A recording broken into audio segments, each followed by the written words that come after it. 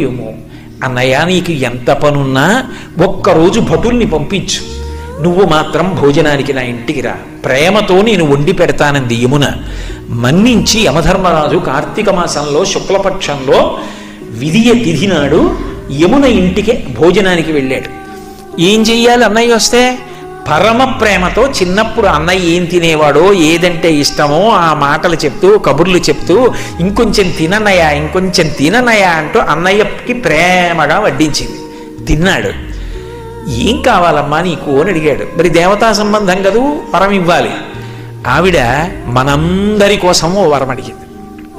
అన్నయ్య, ఇది జ్ఞాపకం పెట్టుకుని ఈ తిథి నాడు ఏ అన్నయ్యని, ఏ తమ్ముణ్ణైనా సరే, ఏ అక్క అయినా, ఏ చెల్లైనా ఇంటికి పిలిచి అన్నం పెడితే ఆ అన్నం తిన్నందుకు ఆ అన్నకి కానీ తమ్ముడికి కానీ అపమృత్యు దోషం లేకుండా చెయ్యన్నయ్యా. తప్పకుండా ఇస్తానమ్మా అన్నాడు. అంతేకాదమ్మా, నీలాంటి చెల్లెలు ఉన్నందుకు పొంగిపోతున్నాను, విశాల హృదయంతో అడిగావు.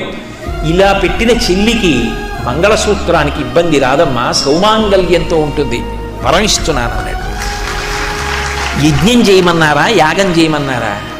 ఏడాదికి ఒక్కసారి భగినీహస్త భోజనం అని తోడ పుట్టిన దాని ఇంటికి వెళ్ళి అన్నం తినమన్నాడు. ఆ తిథి జ్ఞాపకం పెట్టుకుని ప్రేమగా వాళ్ళు పిలవాలి. ఆ తిథి జ్ఞాపకం పెట్టుకుని తప్పకుండా అక్క చెల్లెల ఇంటికి వెళ్ళాలి. అది లేని నాడు మీరెంతమంది అండి అంటే, నాకు అక్క ఉంది, నాకు చెల్లుంది అని చెప్పుకుని మాత్రం ఉపయోగం ఏముంటుంది? ఒక్కసారి ఆ పిలుపు రావాలి, దానికోసమే వెళ్ళాలి, ఆ ప్రేమతోనే పెట్టాలి, ఆ ప్రేమతో తిని రావాలి. ఆ అనుబంధాలు మిగిలిన ప్రాణులకు లేవు.